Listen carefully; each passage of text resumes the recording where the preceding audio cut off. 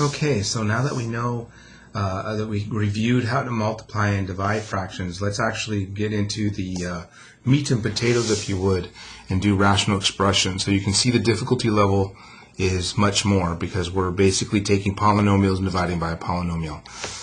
So the multiplication itself is easy, right? Because remember, when we're multiplying polynomials, it's basically your numerator times your numerator, right? And your denominator times your denominator. So that's multiplication. So a couple things to say here. Number one, do not worry about multiplying all this out. For quizzes and whatnot, I don't care if you multiply things out. What I do care about if it's simplified. But I don't really care to watch you go through the whole multiplication process. My math lab will probably be different. They'll probably want you to multiply that all out.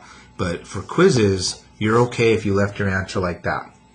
Second thing is be careful about the simplification process. Remember, as we saw in the last video and we've done through most of our summer, when we're simplifying a fraction, we're dividing out common factors, right? What means we have to have is multiplication statements. We do not divide out common terms.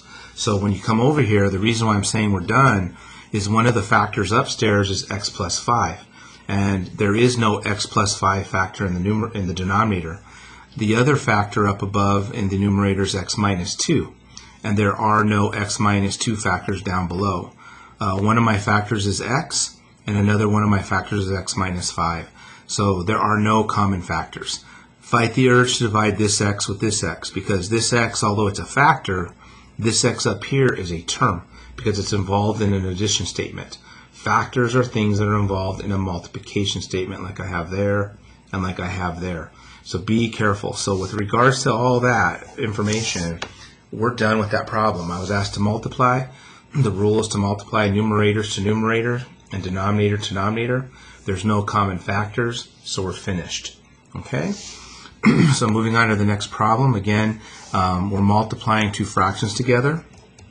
So the rule is to multiply numerator to numerator and denominator to denominator. Okay, and right now the two factors up in the numerator are x minus 3 and x plus 4.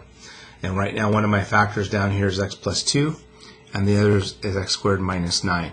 So can we simplify this more? Well, right now it doesn't look like we can, but hopefully that binomial looks familiar. That's a difference of squares. So if I factor that, right, the difference of squares factors is x plus 3 times x minus 3. So now I have three factors down here, and I do notice, right, that the factor up above of x minus 3 is common with the factor of x minus 3 here. So those common factors divide out, right? There's no more common factors. So we're left with x plus 5 up in the numerator and x plus 2 and x plus 3 in the denominator. Again, I'm satisfied with that answer. The book, My Math Lab might want you to multiply that out. So go ahead for homework, do that. But for quizzes, you can leave your answer right there. So we did the multiplication. We factored to simplify.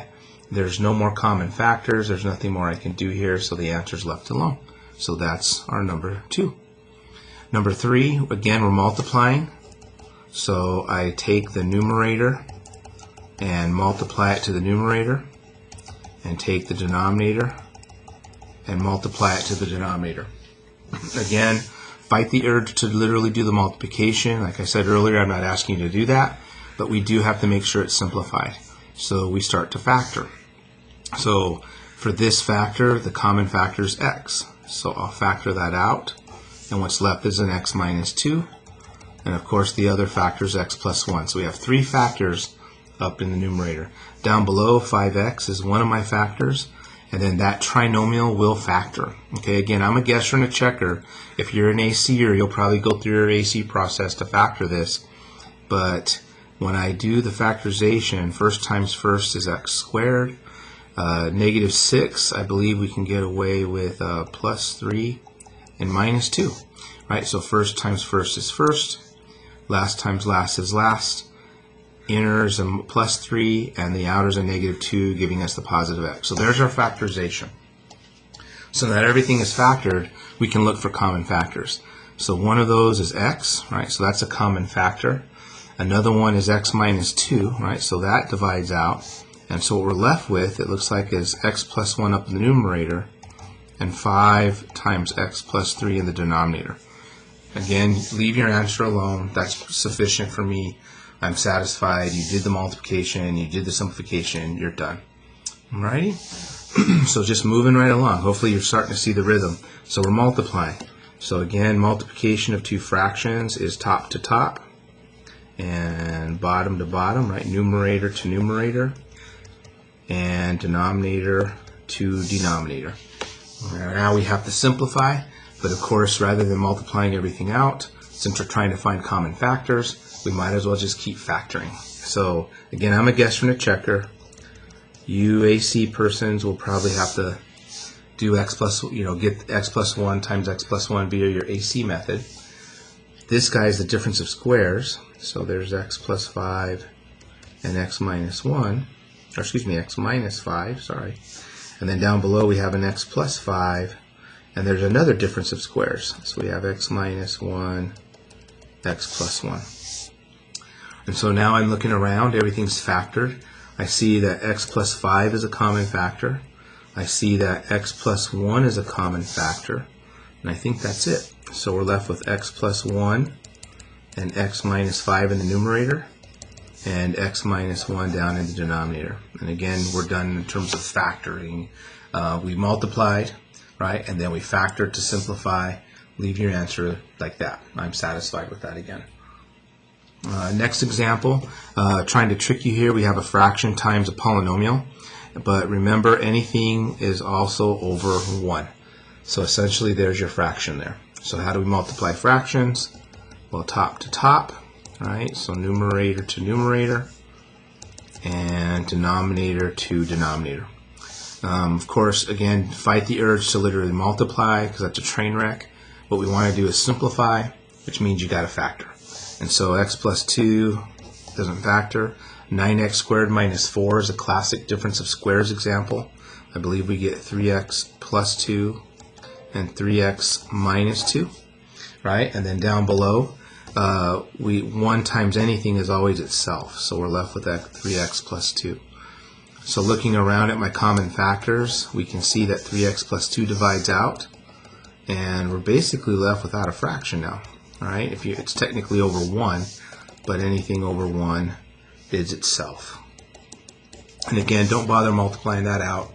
Keeping it in a factored form is a-okay. It's actually very useful for more math later on. So hopefully you guys are getting the hang of it. We're just multiplying numerator to numerator, denominator to denominator. We're factoring, finding out common factors. We're done. All right, so last one. Again, we're multiplying. So it's numerator to numerator, denominator to denominator, and then it's a process of factoring. I have 3 trinomials to factor here. So again, you ACers, it's probably going to take you a little bit longer to get to the factorization, but you'll get there. Us guessers and checkers might get there a little faster. I believe the top, this trinomial is x minus 2 times x plus 1.